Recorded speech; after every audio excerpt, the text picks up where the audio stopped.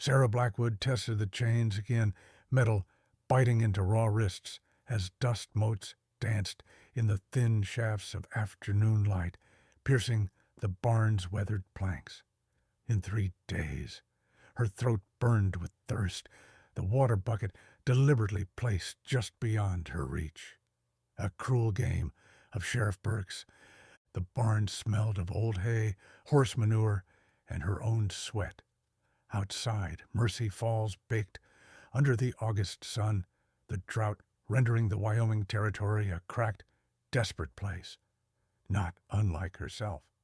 Sheriff Burke's arrival brought the scent of tobacco and expensive cologne that couldn't quite mask the sour whiskey beneath.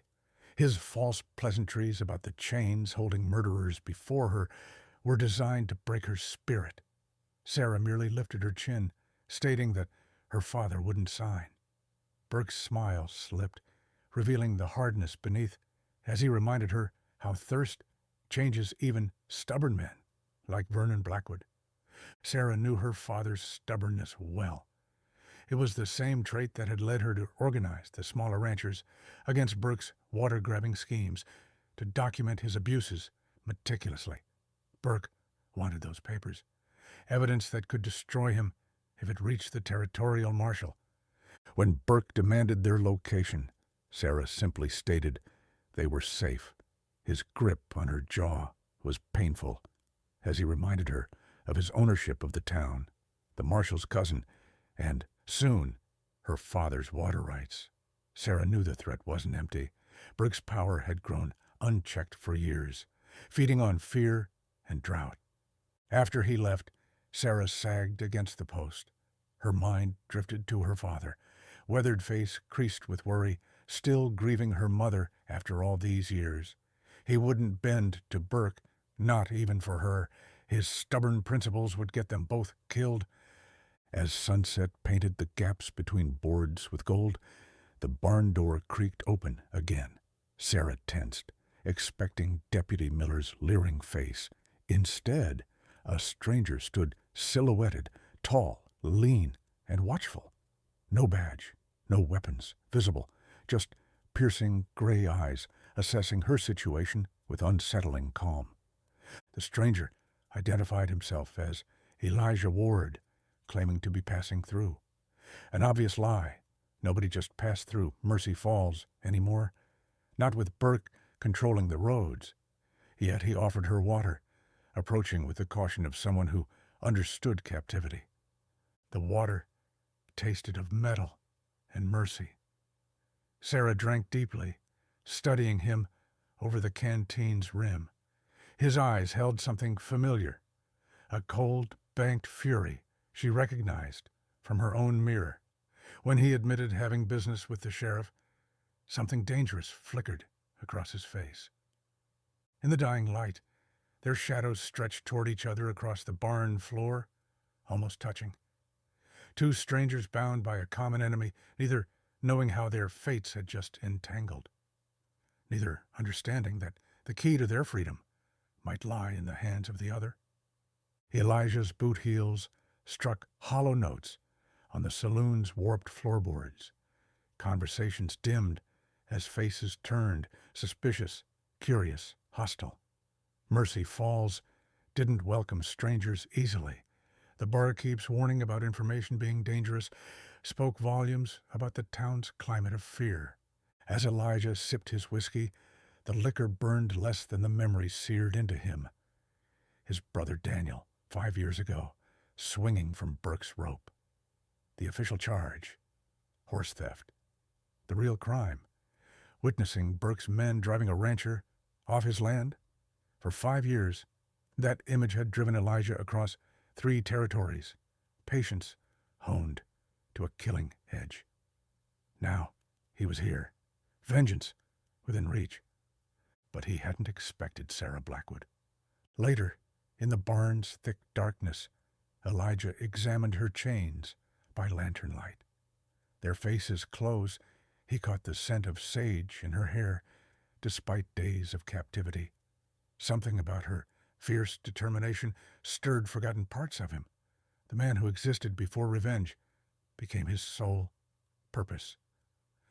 When Sarah questioned why she should trust him, Elijah admitted she shouldn't. Their shared enemy was the only bridge between them. The lantern cast shadows across her face as understanding dawned at his mention of Burke taking his brother, his purpose in Mercy Falls suddenly clear to her. Elijah wasn't just seeking justice, he wanted blood. Though sometimes, as he noted while testing her chain links, they looked the same. Sarah revealed her own weapon against Burke, documentation of everything from stolen water rights to murders disguised as accidents, hidden where Burke would never find it. Her smile was sharp as a blade when she acknowledged this was the only reason Burke hadn't killed her yet. From the shadows outside the barn, Jenny Miller watched, unnoticed by either of them. Her father, Deputy Miller, had returned home with blood on his knuckles and orders from Burke to watch the stranger. Jenny knew the cost of being noticed in Mercy Falls, but she'd seen how Elijah had defended her brother Samuel from tormentors, the first kindness they'd received in years. In the following nights, Elijah returned with food, water, and growing trust. He spoke of his life before vengeance, a carpenter with skilled hands now better suited to violence. Sarah shared dreams of studying law despite women being barred from practice. Neither acknowledged how their nightly conversations had become a lifeline, how her determination was rekindling something in him beyond revenge, how his presence was becoming as necessary to her as water. Meanwhile, Burke watched from his office window as Elijah loaded feed at the general store. Something about the stranger nagged at him, a half-remembered face. The sheriff's instincts, honed by years of paranoia and power, sensed a threat. Find out who he really is, he ordered his deputy. That man isn't just passing through. In the drought-stricken town, 3 people set their separate courses toward collision: a corrupt sheriff, a vengeful stranger, and a chained woman with fire in her eyes. On the 5th night, Sarah told Elijah about the creek running dry. Burke's men had built a diversion upstream, strangling the smaller ranches first. Her father's retention pond had perhaps 2 weeks of water left. The lantern between them cast golden light across her face, revealing new hollows beneath her cheekbones. Outside, wind whispered through parched grass. Inside, something else grew between them, tentative, fragile. Elijah found himself speaking of his life before vengeance, of creation rather than destruction. Sarah studied his hands, carpenter's hands, with calluses different from her own. When she asked if he missed that life, his eyes met hers with unexpected honesty. Less each day, he admitted, until recently. The unspoken hung between them, more dangerous than any confession. Throughout Mercy Falls, drought sharpened tempers like a whetstone. Burke's men guarded the remaining wells, charging fees that rose with desperation. The saloon fell silent when Vernon Blackwood entered, his weathered face granite hard, gun visible at his hip. Burke's taunting question about signing over water rights received Vern's granite hard warning: harm his daughter, and there wouldn't be enough left of Burke to hang. Burke's laughter followed the old rancher out, his promise echoing in the dusty street. 1 week until Sarah would hang as a water thief. Behind the general store, Elijah discovered Jenny's brother, Samuel, surrounded by jeering men.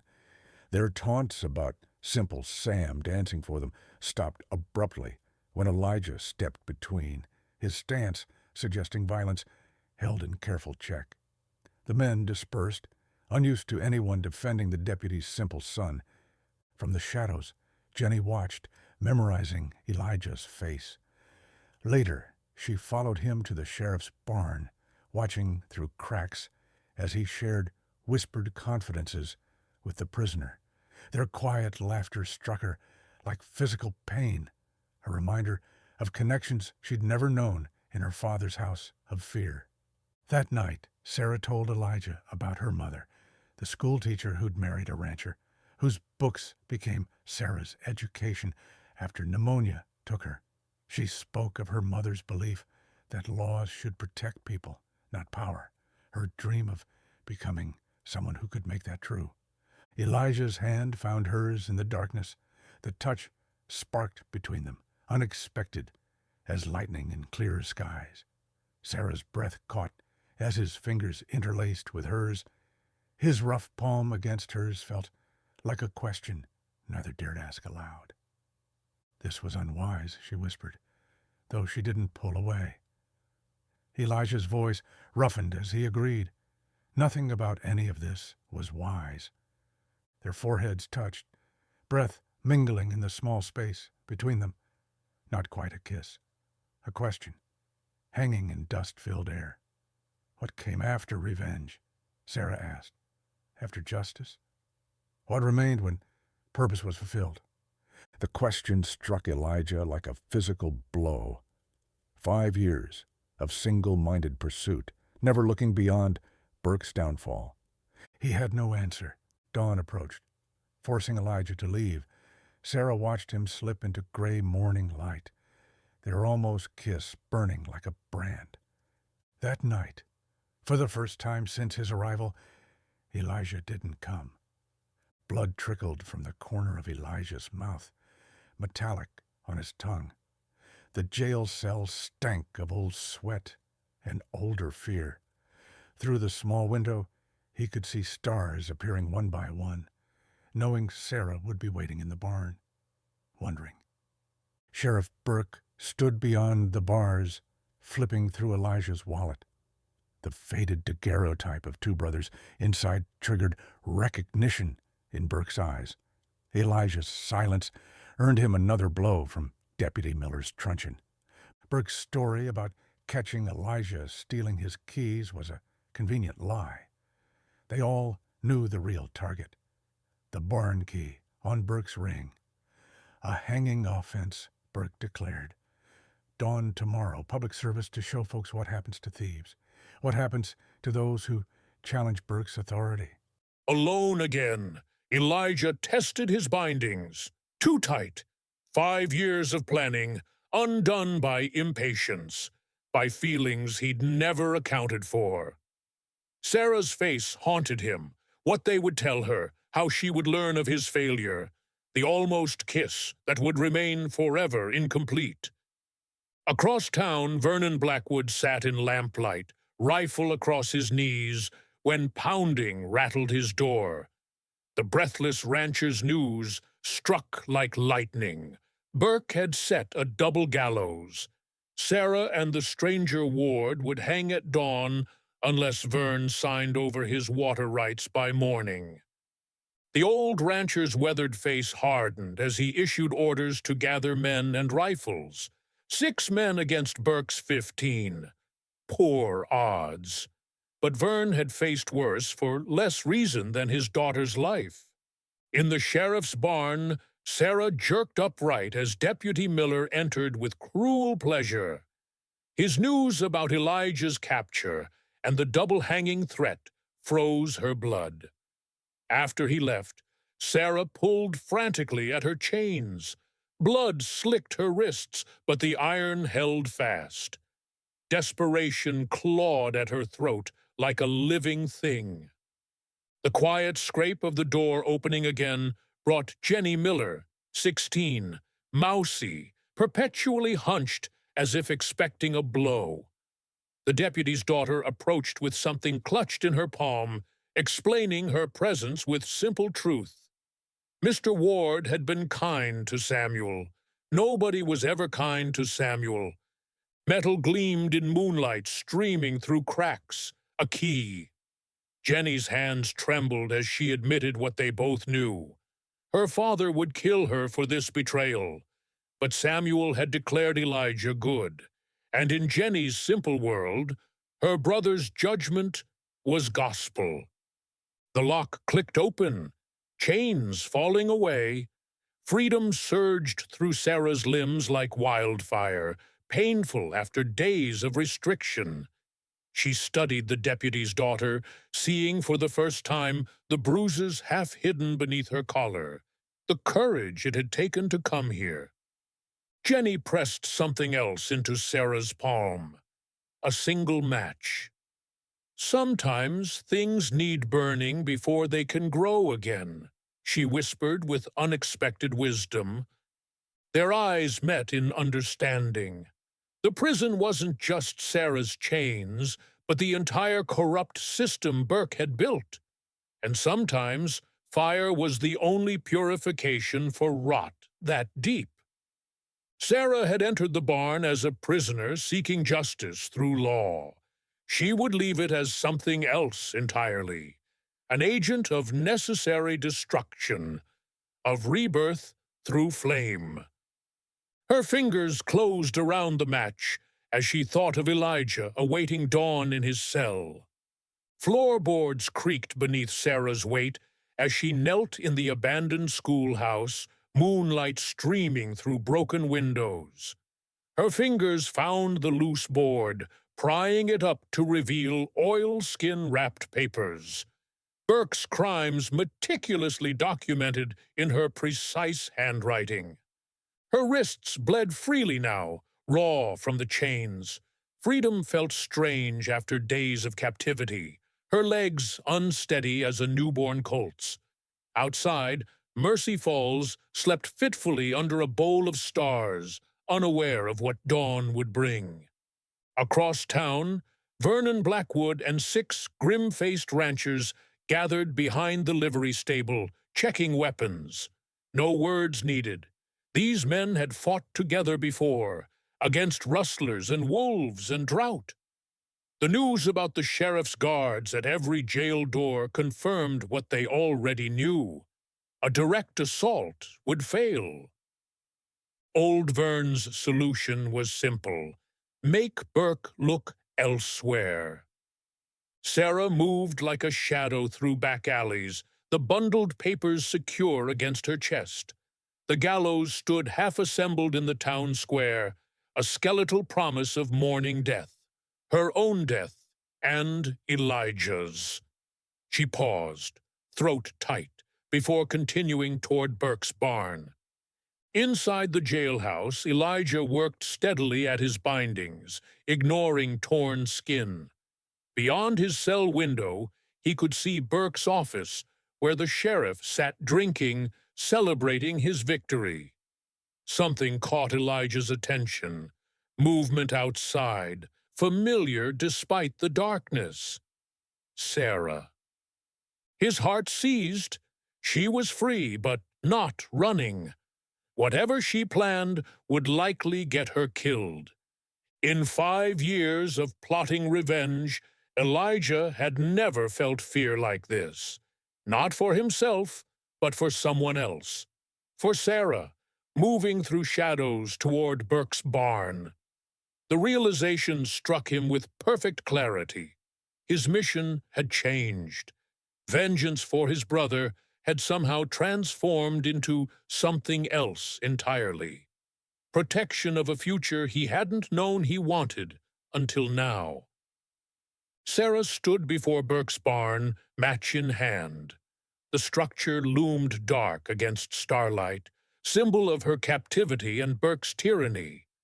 For a moment she hesitated, remembering her mother's belief in law, in justice through proper channels.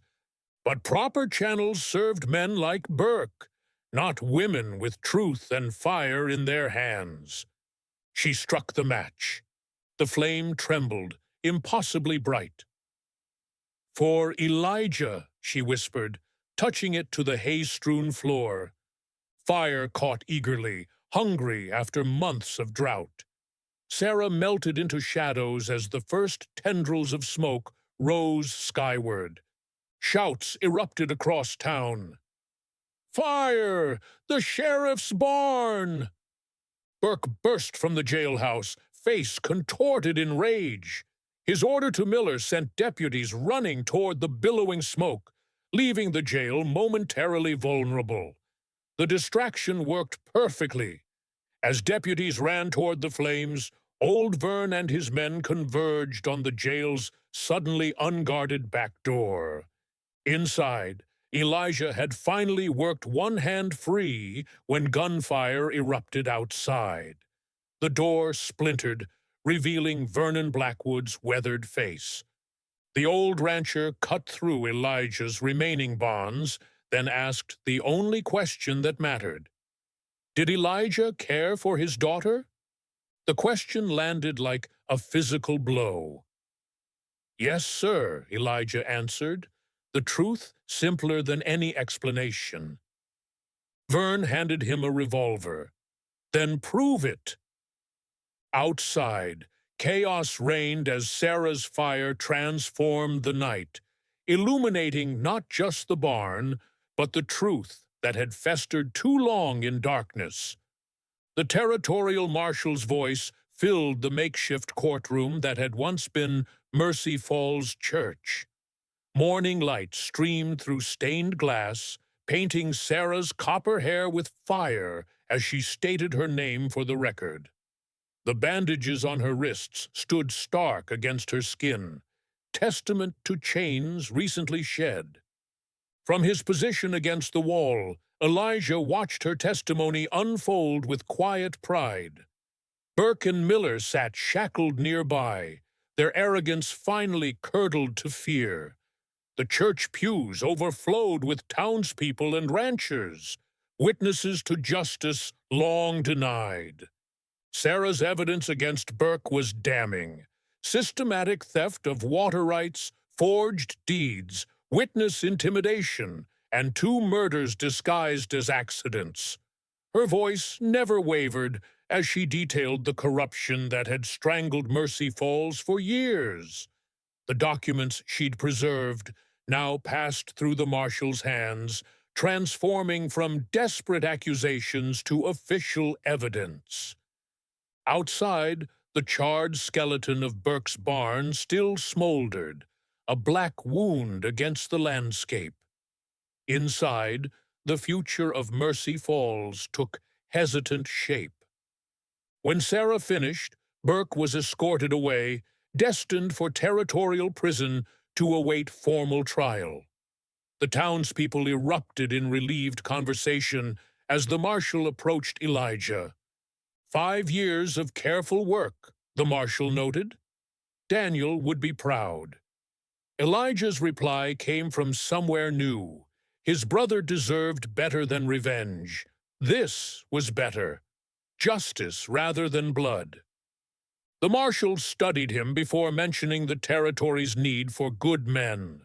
A deputy marshal position was open, he explained.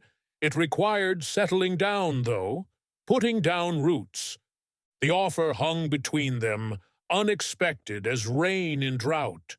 For 5 years Elijah had lived like a ghost, existing only to bring his brother's killer to justice.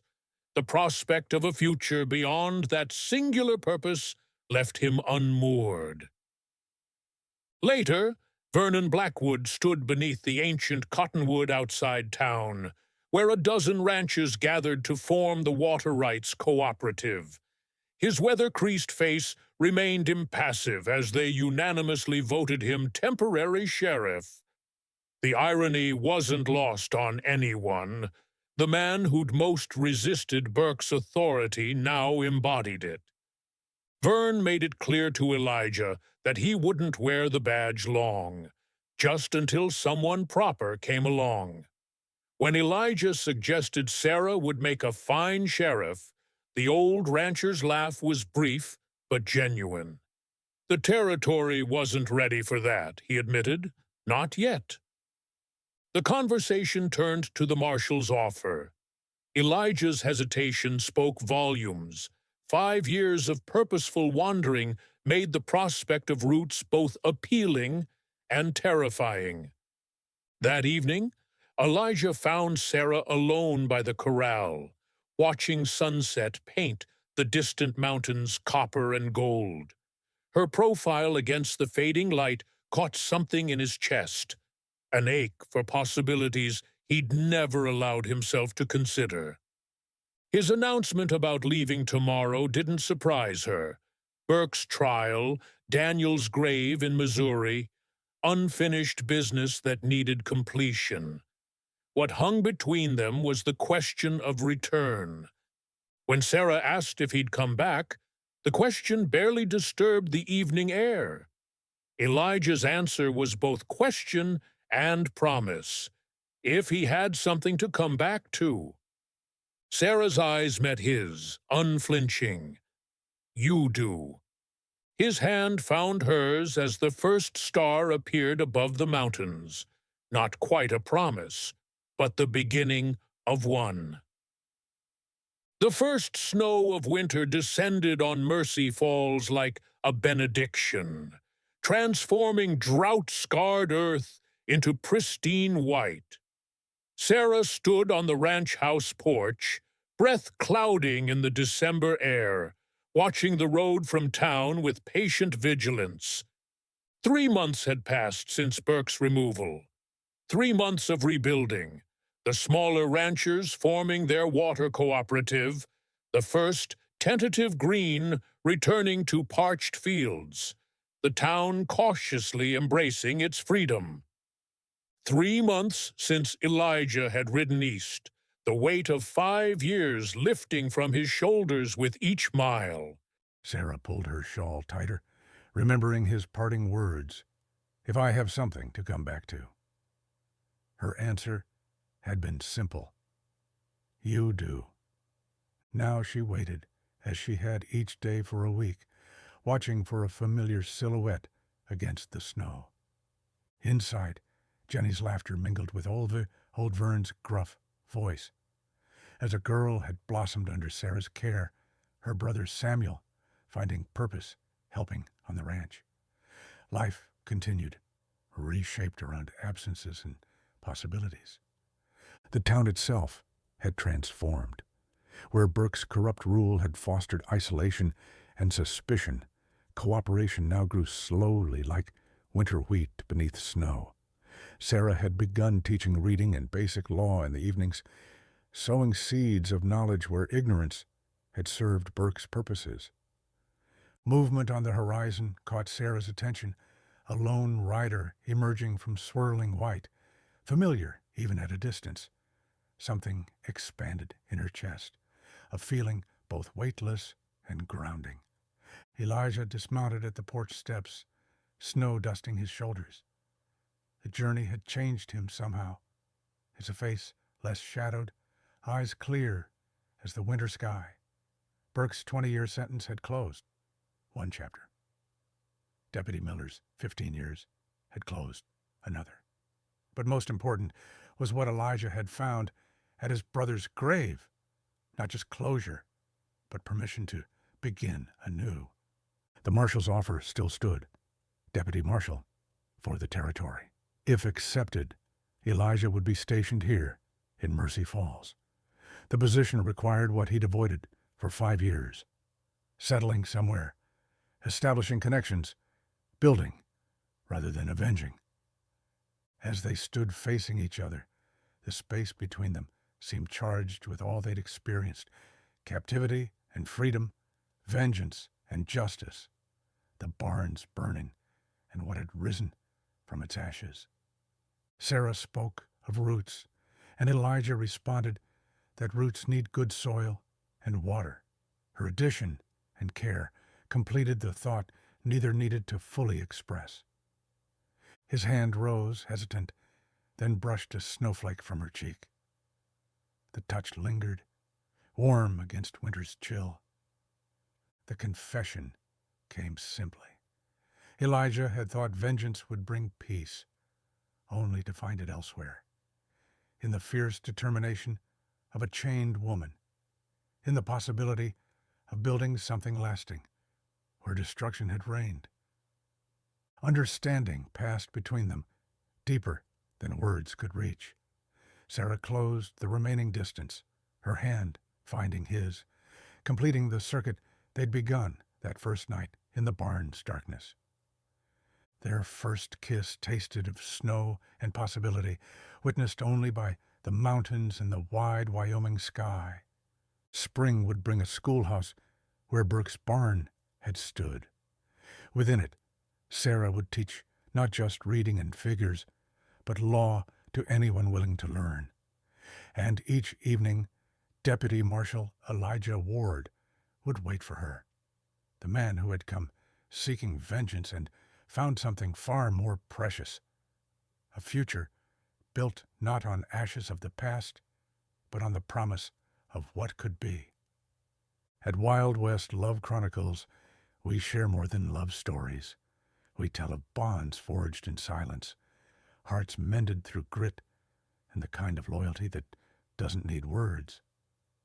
Subscribe now and ride with us through the forgotten romances of the frontier, where not all wounds bled, but every heartbeat left a mark.